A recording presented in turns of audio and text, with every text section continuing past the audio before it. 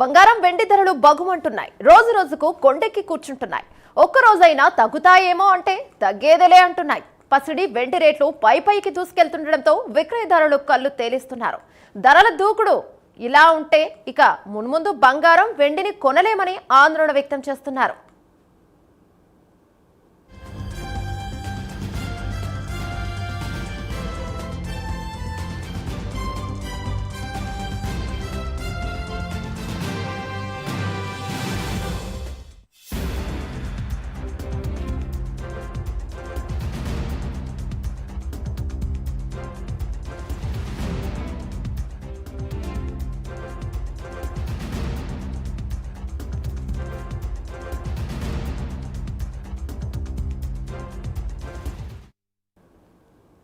ప్రజలు బంగారం ధరలకి అల్లాడిపోతుంటే వెండి కూడా ఇలా పెరిగి వారికి నిద్ర లేకుండా చేస్తుంది.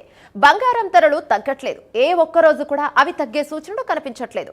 వెండిది ఇదే పరిస్థితి. పసిడి వెండి రేట్లు పైకి దూసుకెళ్తున్నాయి. చరిత్రలో ఎన్నడూ లేనంతగా వెండి ధర రికార్డు స్థాయికి చేరింది. ఫ్యూచర్ మార్కెట్లో తొలిసారి కిలో వెండి ధర 4 లక్షలు దాటింది.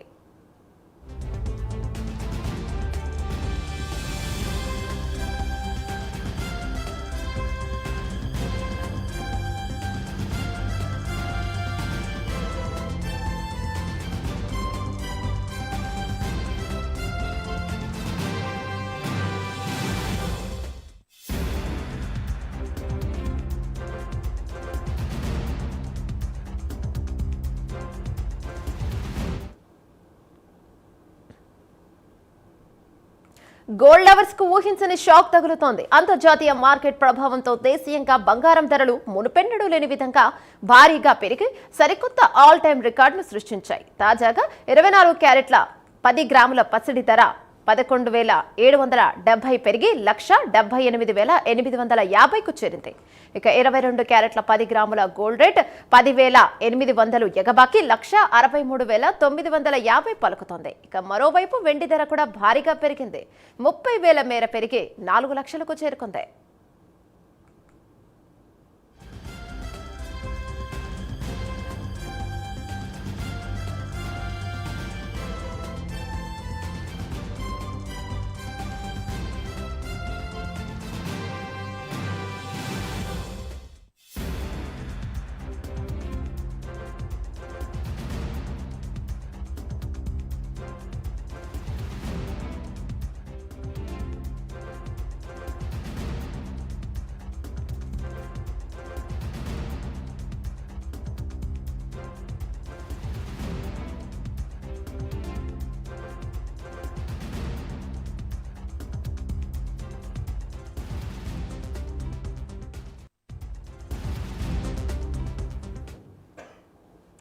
బంగారం వెండి ధరలు రికార్డులు బద్దలు కొడుతున్నాయి. రోజు రోజుకు కొండెక్కి కూర్చుంటున్నాయి. ఒక్కరోజైనా తగ్గుతాయేమో అంటే తగ్గేదేలే అంటున్నాయి. పసిడి వెండి రేట్లు పైకి దూసుకెళ్తుండడంతో విక్రయదారులు కళ్ళు తెలుస్తున్నారు. ధరల దూకుడు ఇలా కొనసాగితే మున్ముందు బంగారం వెండిని కొనలేమని ఆందోళన వ్యక్తం చేస్తున్నారు.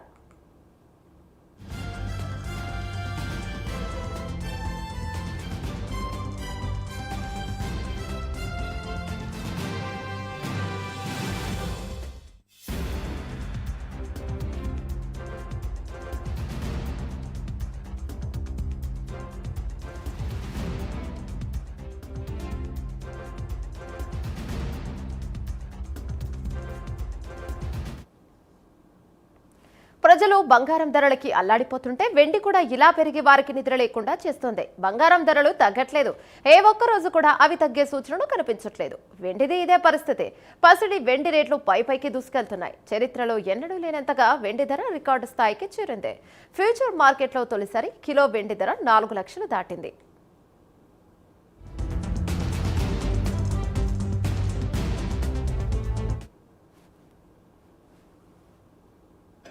గోల్డ్ లవర్స్ కు ఊహించని షాక్ తగులుతోంది. అంతర్జాతీయ మార్కెట్ ప్రభావంతో దేశీయంగా బంగారం ధరలు మునుపెన్నడూ లేని విధంగా భారీగా పెరిగి సరికొత్త ఆల్ టైమ్ రికార్డును సృష్టించాయి. తాజాగా 24 క్యారెట్ల 10 గ్రాముల పసిడి ధర 11,770 పెరిగి 1,78,850కు చేరింది.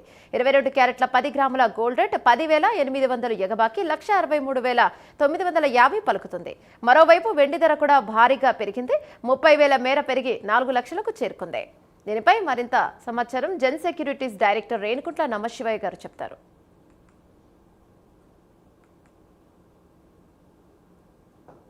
సార్ చెప్పండి, అసలు ఏంటి గోల్డ్ రేట్ కానీ వెండి రేట్లు కానీ ఊహించలేనంతగా పెరిగిపోతున్నాయి, సామాన్య ప్రజలు ఇకపై కొనలేమని చెప్పుకోవచ్చా? సార్ మ్యూట్లో ఉన్నారు, ఒకసారి మ్యూట్ తీసి మాట్లాడండి.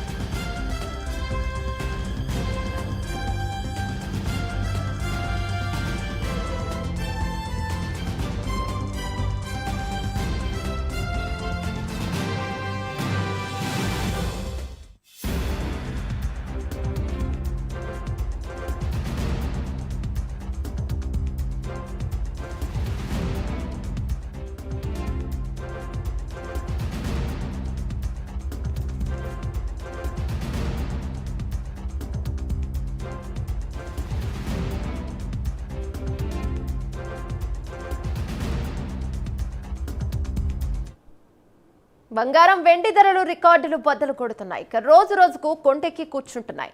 ఒక్క రోజైనా తగ్గుతాయేమో అంటే తగ్గేదేలే అంటున్నాయి. పసిడి వెండి రేట్లు పైకి దూసుకెళ్తుండడంతో విక్రయదారులు కళ్ళు తెలేస్తున్నారు. ధరల దూకుడు ఇలా కొనసాగితే మున్ముందు బంగారం వెండిని కొనలేమని ఆందోళన వ్యక్తం చేస్తున్నారు. ప్రజలు బంగారం ధరలకే అల్లాడిపోతుంటే వెండి కూడా ఇలా పెరిగి వారికి నిద్ర లేకుండా చేస్తుంది. బంగారం ధరలు తగ్గట్లేదు. ఏ ఒక్క రోజు కూడా అవి తగ్గే సూచనలు కనిపించట్లేదు. వెండిది కూడా ఇదే పరిస్థితి.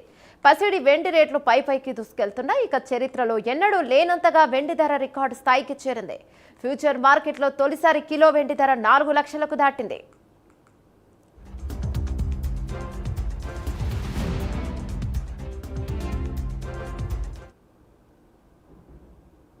గోల్డ్ లవర్స్ కు ఊహించని షాక్ తగులుతోంది. అంతర్జాతీయ మార్కెట్ ప్రభావంతో దేశీయంగా బంగారం ధరలు మునుపెన్నడూ లేని విధంగా భారీగా పెరిగి సరికొత్త ఆల్ టైమ్ రికార్డును సృష్టించాయి.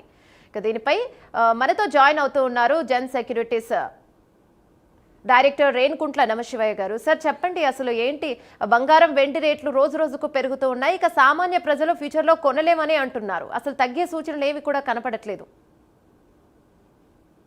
అవునమ్మా, ఇప్పుడు ఏంటంటే డాలర్కి ప్రత్యామ్నాయంగా పెట్టుబడులు జరుగుతున్నాయండి. మా దేశాలే ఇప్పుడు వాళ్ళ సెంట్రల్ బ్యాంక్సే ఈరోజు బంగారం విపరీతంగా కొనడం చూస్తూ ఉన్నాము. సో అలానే వెండిలో కూడా కొంత పెట్టుబడులు చైనా నుండి విపరీతంగా వస్తున్నట్టు కనబడుతుంది. ఇండియాలో కూడా రిటైల్ ఇన్వెస్టర్లు కూడా బాగా కొంటున్నట్టుగా కనబడుతుంది. సో కాబట్టి బంగారము పెరగడం స్టార్ట్ అయినాక తర్వాత వెండి విపరీతంగా పెరగడము, తర్వాత మిగతా మెటల్స్ కూడా పెరుగుతూ ఉన్నాయండి. సో కమాడిటీస్ అన్నీ కూడా ఇన్వెస్ట్మెంట్లు జోరుగా వస్తున్నాయి. సో మొత్తం సైకిల్ పాజిటివ్గా మూవ్ అవుతుంది. గోల్డ్, సిల్వరు, ఈ తర్వాత మిగతా కమాడిటీస్ అన్నిటి కూడా. సో బేసిక్గా ఏంటంటే ఇండియాలో చూస్తే మనకి రియల్ ఎస్టేట్లో అంతంత మాత్రమే ఉంది. స్టాక్ మార్కెట్ కూడా గత సంవత్సరం నుండి పెద్దగా అవకాశాలు ఇవ్వలేదు. సో కాబట్టి కొంతమంది పెట్టుబడుల కోసం చూస్తున్నారు. వాళ్ళు కూడా ఉద్ధృతంగా బంగారం వెండిలో పెట్టుబడులు పెడుతున్నట్టుగా మనము కనపడుతుంది. బట్ మెయిన్ ట్రిగ్గర్ వచ్చేసి డాలర్ వీక్నెస్ అండి.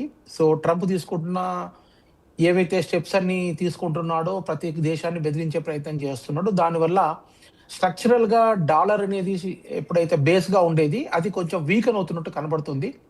ఇప్పుడు అందరు కూడా ఫిజికల్ ఎసెట్స్ అయినా బంగారం వెండిలో డాలర్లో కొంత అమ్మి బంగారం వెండిలో కొంత పెట్టుబడులు పెట్టుకున్నట్టుగా కనబడుతుంది. ముఖ్యంగా సెంట్రల్ బ్యాంక్స్ అంటే దేశాలన్నీ కూడా కొనడం చూస్తున్నాము. దాంతో పాటు ఎక్స్‌చేంజ్ ట్రేడెడ్ ఫండ్స్ కానీ, లేకపోతే రిటైల్ ఇన్వెస్టర్స్ కానీ చాలా వరకి ఇటువైపు ఇన్వెస్ట్‌మెంట్లు పెట్టడం చూస్తూ ఉన్నామండి. దానివల్లనే ఇప్పుడు బంగారం, వెండి 2 కూడా ఉచితంగా పెరుగుతున్నాయండి.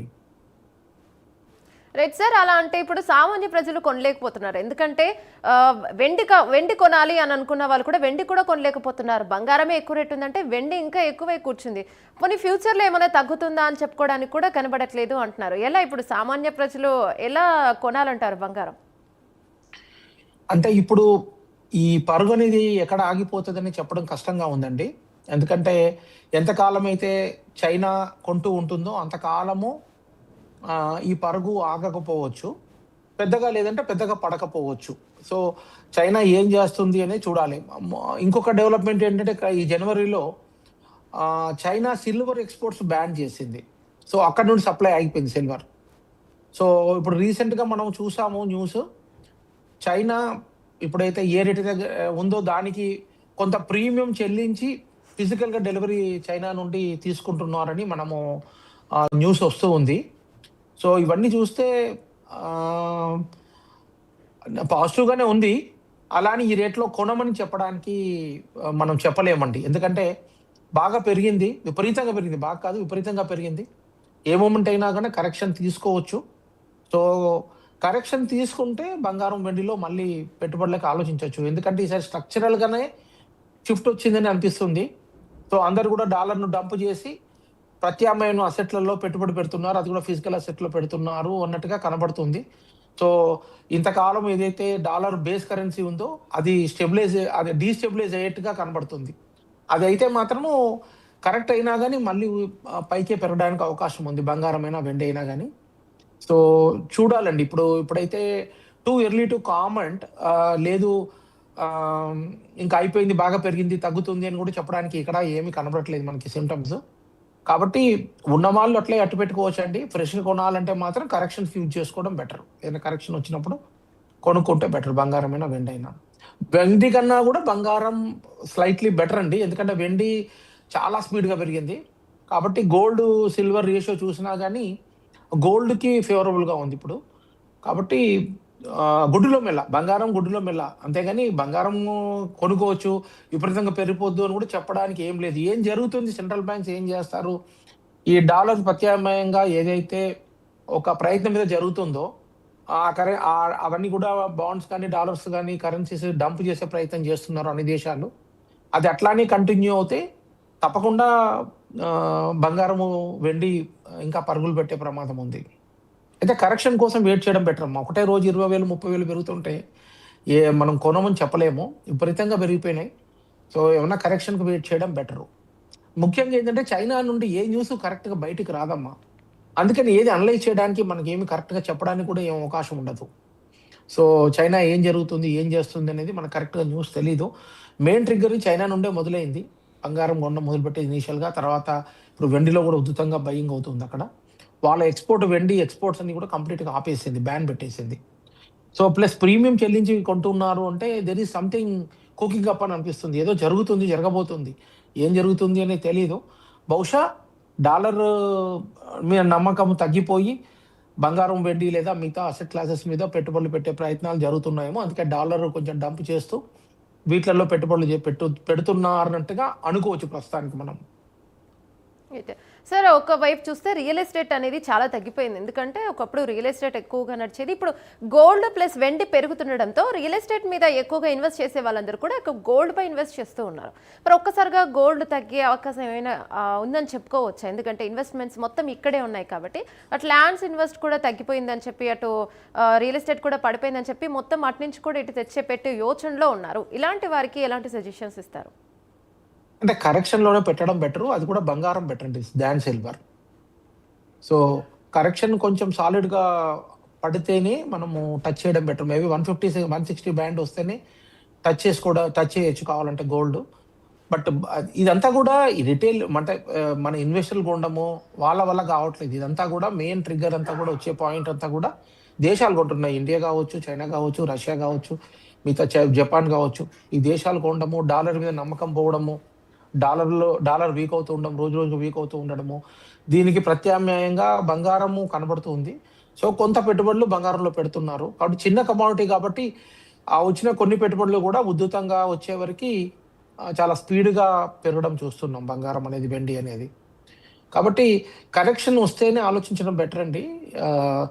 ఆహ్, లేదా ఈ ఈ ఇంత పెరిగాక వచ్చి పెడితే చేతులు కాలే ప్రమాదం గూడా ఉంది. కాబట్టి పెట్టుబడులు పెట్టాలనుకునే వాళ్ళు ఒకటే మనం చెప్పగలుగుతాము. కరెక్షన్‌లో కొనడం బెటర్ అండి. కరెక్షన్ వస్తే బెటరు. వెండి కన్నా బంగారం బెటర్ అని చెప్పగలుగుతాం. అంతవరకే. రైట్. Thank you sir.